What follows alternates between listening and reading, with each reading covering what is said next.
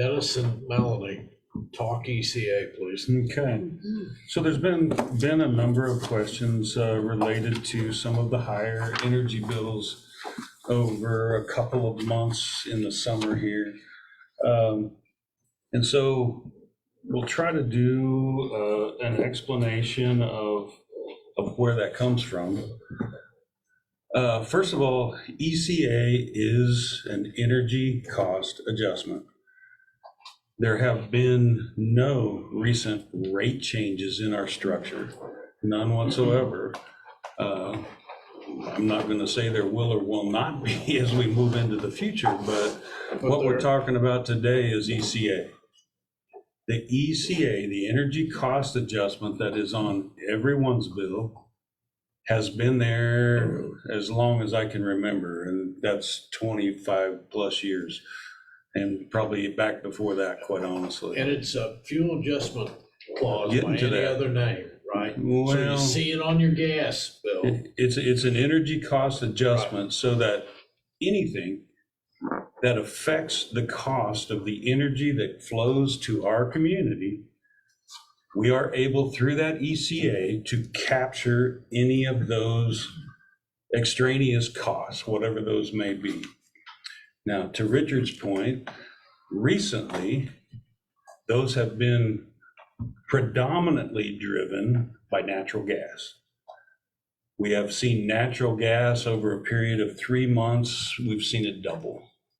You know, natural gas went from a cost of, you know, really around $4.50 to as much as $11, $12. And so natural gas prices, when they do that, affect all of the costs of the power that comes to us. While we have some firm contracts are still driven by costs. Everybody that's in the business of selling electricity is affected by those changes, whatever they may be. And there's a number of things that can impact.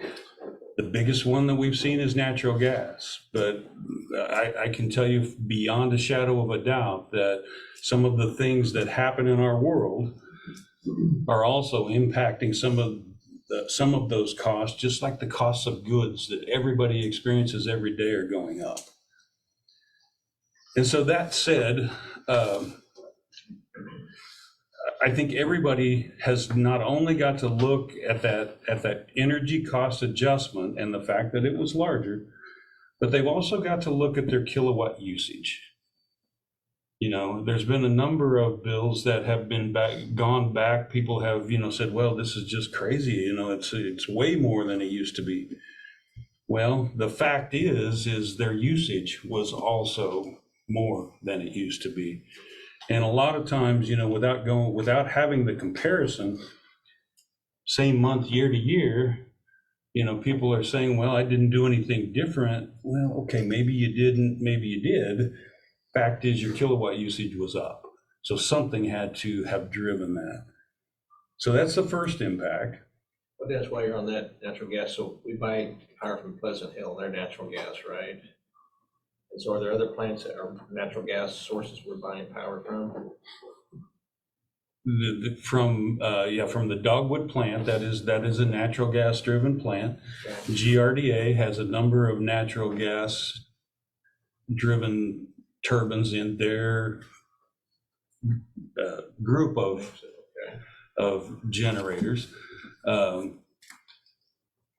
We're able to offset some of that if the wind blows and if the sun shines. You know, we're able to offset some of that, but fact is, in these hottest months, our portfolio for wind was down because the wind didn't blow. And so then we're buying off the market. The market is predominantly driven by natural gas. You know, we continue to cut out some of our really less expensive sources of energy in coal and nuclear. And when we hit times like this and we see natural gas become predominant, then we got this issue. And we do have a couple, I think, this one to begin with is one that shows, and I think if we go back, Matt, to August down there, it may even be July, and then if you can slide it, you can see here, and we can go to the month before, but this is a daily index pricing that comes directly from KMGA. And as you can see, Matt, can you slide so we can see the table on the left? This is kind of big fitting in here. But you can see where prices are here in August. Like I said, in about May and June, prices were clear down at the $4.50 level. Not quite so much right here, but even from the 650 level, you can see that overall prices then, once we went from here to June, you can see them jump up. Tried to trend back down. Then July, I think we'll see a pretty sharp spike right here in July. And then the same thing happens in August, and it just stays up there. That's what drove our ECA being high for those couple of months. And as most people will notice right now, it has come back down. And the formula is not, we're not ahead of the formula, we're behind in time when the formula gets done. Exactly. The bills actually, we are on a 3-month rolling average. And so when you're seeing your bill be high is not necessarily the month that these costs were the highest at that point. And we're on a 3-month rolling average. Some folks are on a 12-month rolling average, which makes it even longer before they see the impact of these kinds of things. And this affects Evergy, Kansas City Power and Light, and every other municipal. It's not just Kansas. There is nobody in the nation that wasn't impacted by this. Across the United States, everyone saw the same thing, and it just really doesn't matter where you were at. You know, I think the important thing for us to try to get the message out is that we as a body, as an organization, we did not raise rates. You know, we are just recapturing costs that we incurred. And we have been doing that, like I say, for as long as I can remember through that energy cost adjustment. And Dennis, this might be a good illustration too. I know that those charts it's easier to read a picture than numbers, but if you just look right here at the difference between 21 and 22, these are your months that go across. You know, in June of last year, we were at 0.0199, and at June of this year, we're at 0.0389. And we just, you know, where it would naturally go up, it jumped, and then it didn't come back down right away. It's just now starting to come back down slightly. So I know those are just numbers. It's really about, you know, trying to understand what those numbers mean for you, but this is a pretty good illustration of the tracking that goes on behind the scenes in the utilities department, just watching to see where that ECA lands. It's really intended that if the prices ever fall below where they were, that, you know, that alters, you know, that ECA can fluctuate up and down. It's just, right now, it's mostly fluctuating and rising. And that's shown on the table too. Our ECA is meant to be fair on both sides. Everything in red there is a negative cost adjustment. You know, that's a place where customers weren't charged. There was actually money taken away from their bill at that point in time. So it works both ways. It just depends on where the markets are, where fuel costs are, all of those kinds of things. So the way this works for us financially, on the utility side is something that we're actually doing some analysis internally. We want to be able to show you what that looks like and how it impacts our budget. So this is gives us the ability to recoup those additional costs that were unanticipated. And then we want to be able to show you, in fact, what was anticipated versus what was then additionally brought in through the ECA, so that you can kind of see what that looks like. And we'll have those conversations a little further down the road. That's more of a financial analysis as opposed to tackling the conversation with the customer to make sure that they understand exactly what it is that they're seeing on their bill. We have had questions in the past several months, lots of months actually, about this ECA is new. Why is it an additional charge? Are you doubling up on the charges that I'm getting? And I think that's because at one point in time it was low and they didn't necessarily see it because it didn't have a huge impact on the overall bill. When it does start to go up is when you start to notice.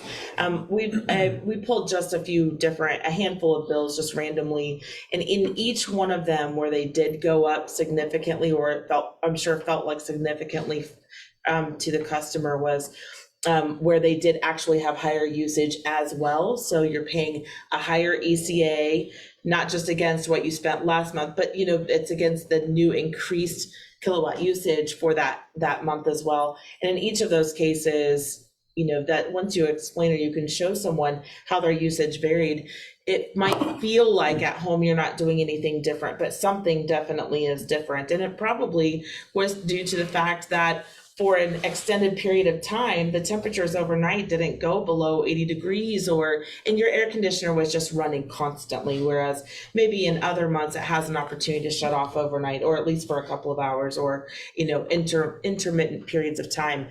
And so there's those factors. And then also, for any customer that has questions about their bill, please call us.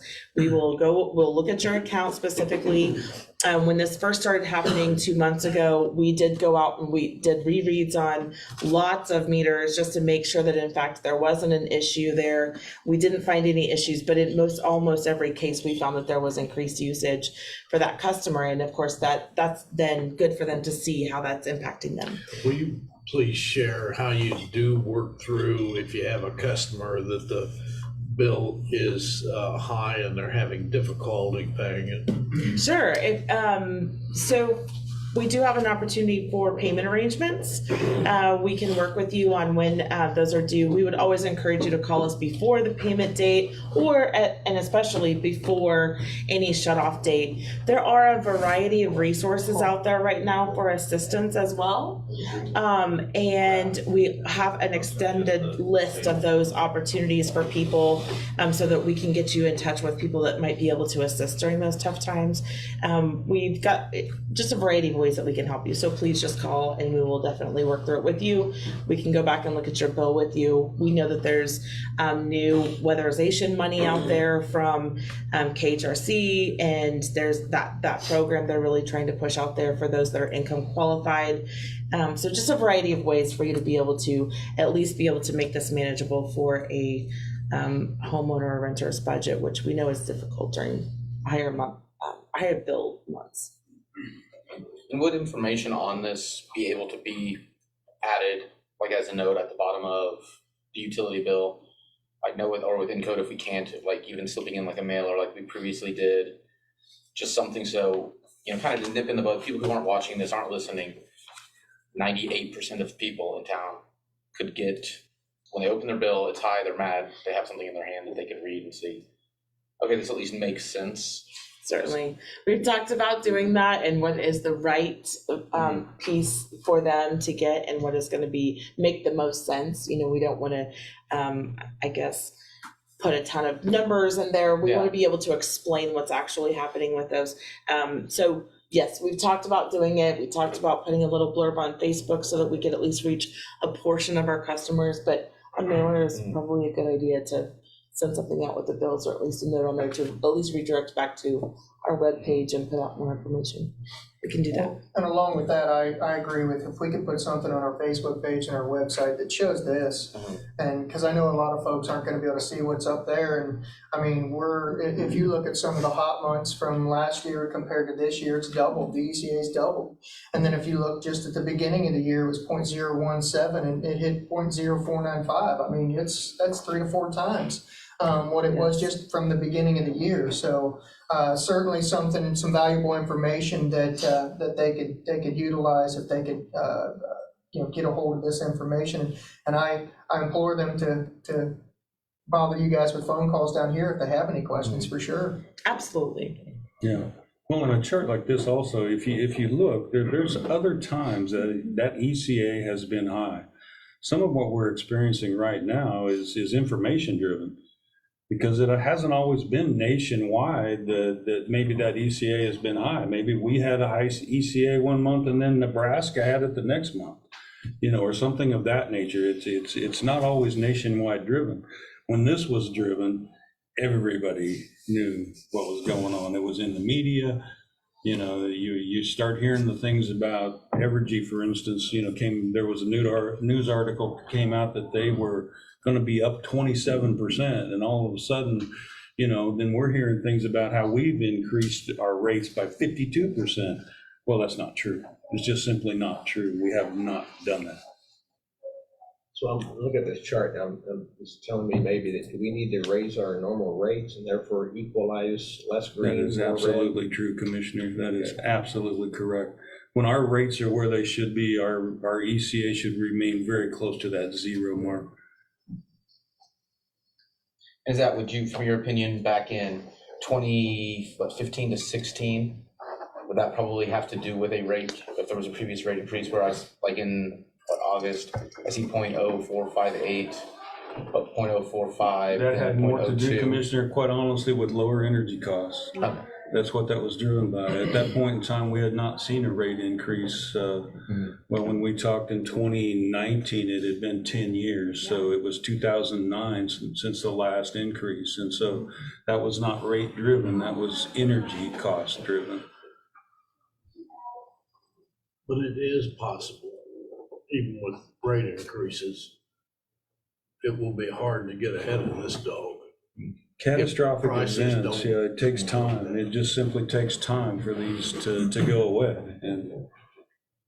And while none of us like it, and many of us in this room are paying the same costs that everybody else is, while none of us like it, it is fact of life that these costs are no different than what anybody experiences at the grocery store, at the lumber yard, wherever that might be. Costs are high.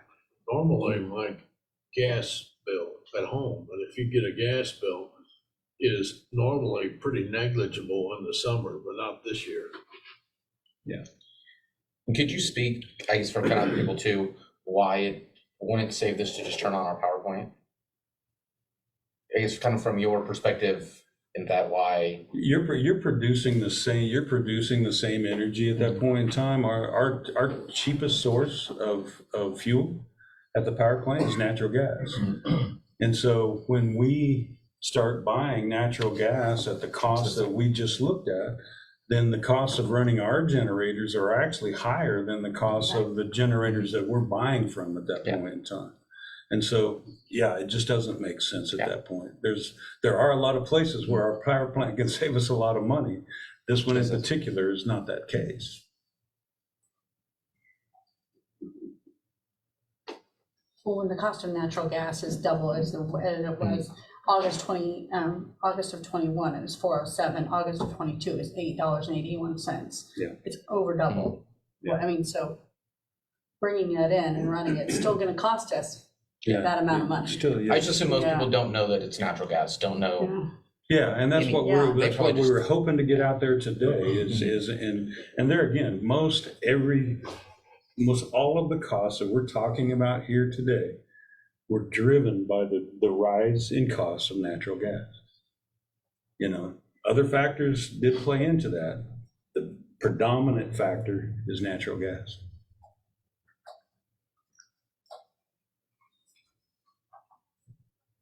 Other questions we can answer, commissioners?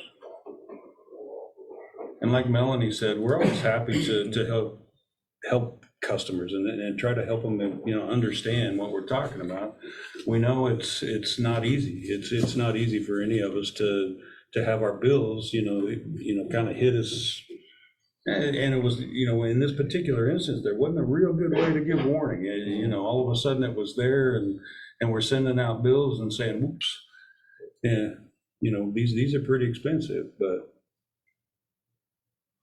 Well, I've seen the rates, what Evergy charges. I know it was higher than ours, I know, because someone I know show me their bill. I don't know what it is per kilowatt hour, but I know it's higher. And so I think we're kind of at that stage where, yeah, we need to have a discussion sometime about raising the rates. It's never a pleasant time, but it's either that or keep ECA high, and one way or another, we're not gonna go backwards on our cash flow. We gotta have the money to produce it. Well, and Commissioner, I think that's a great point too, that, to our customers, while their ECA seemed to be high, those costs were there wherever it would have fallen. If our rates had been higher, they were still paying those costs. And then with the increased use of kilowatts, they were going to pay those costs, whether that ECA that was there or not. That's the only way any utility can survive, is to be able to at least cover costs.